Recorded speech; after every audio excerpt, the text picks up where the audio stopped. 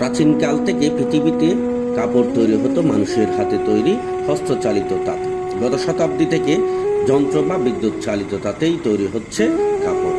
গত 90-এর দশকের দিকেও বাজারে হাতের তৈরি তাঁতের লুঙ্গির আধিপত্য ছিল ব্যাপক। এখন প্রায় পাওয়ার লুম রাজত্ব করে নিয়েছে লুঙ্গি কাপড়ের জগৎকে।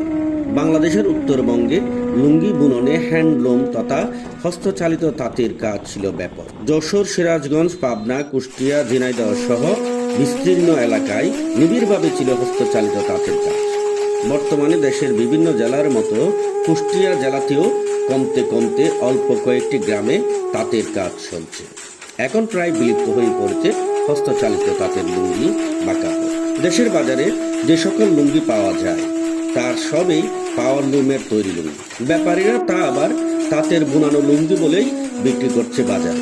2 দশকের অধিক সময় ধরে হাতে বোনানো তাঁতের লুঙ্গি হারিয়ে যাওয়ায় ক্রেতাদেরও চিনতে কষ্ট হয়ে যাচ্ছে তাঁতের লুঙ্গি কেমন। তাই হ্যান্ডলুমের তৈরি লুঙ্গির আদলে কিনে নিচ্ছে পাওয়ার লুমের তৈরি লুঙ্গি। হস্তচালিত তাঁতের লুঙ্গি তৈরিতে তাঁত মেশিনে তোলার আগে সুতোকে আরও শুকনো আঁশমুক্ত দীর্ঘস্থায়ী করে তুলতে কয়েকদিনের কঠিন প্রক্রিয়ার ভেতর দিয়ে যেতে হয়। 5 বা 6টি লুঙ্গির একটি বিন তৈরি করতে সময় লাগে 4 থেকে 5 দিন। এতে পরিবারের কয়েকজন ধৈর্য পরিশ্রমের মাধ্যমে সুতো রং করা থেকে বাজ করা পর্যন্ত প্রতিটি কাজ হয় সম্পূর্ণ হাতে।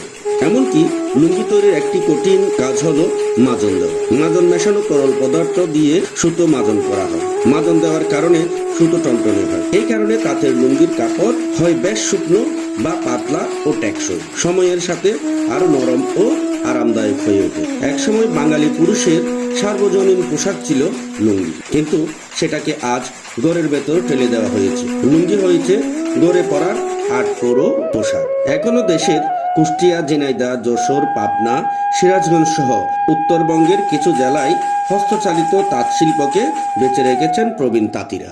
এখন এসব অঞ্চলেও রাজত্ব করছে পাওয়ারলুম মেশিন। তাছাড়া এসব এলাকার যুবক শ্রেণীর বড় অংশই অন্য পেশায় ঝুঁকিয়ে পড়েছে।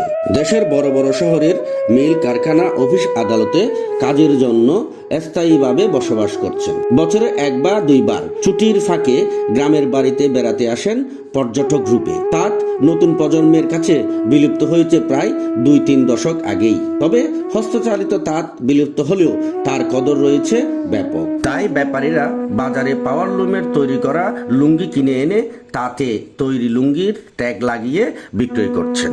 ফলে বাজারে আসল তাঁতের কাপড়ের মধ্যে নকল তাঁতের কাপড়ের আধিপত্য বিস্তার ব্যাপক হয়েছে।